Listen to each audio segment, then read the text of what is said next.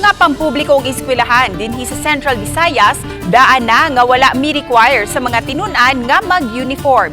Atong sayra ng detalye, pinaagi sa report ni Femari Dumabo. Kini ang giklaro ni Department of Education Central Visayas Regional Director Dr. Salustiano Jimenez.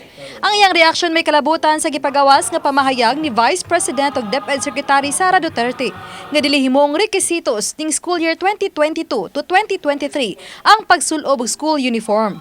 Kineron dili mapun-an ang galastuhan sa mga ginikanan ug dihimoong babag sa pagtungha. Usually ang mga labi na sa public schools, ang mga ginikanan gunay nag-meeting nga mag-uniform sila para ma-identify sila para sa safety ilang mga bata, but mo lagi wala gyud ta nag-impose og tanang as a requirement. Mipahinom hinoon silang mga opisyal sa rehiyon ngadto sa libuan ka mga magtutudlo sa Central Visayas nga mosunod gihapon niini.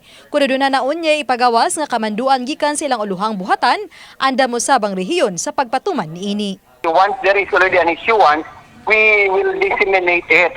So na-issue gikan sa central office, so we will disseminate it through a regional memo, and then ang division po, maghimo po na silang division memo para ana.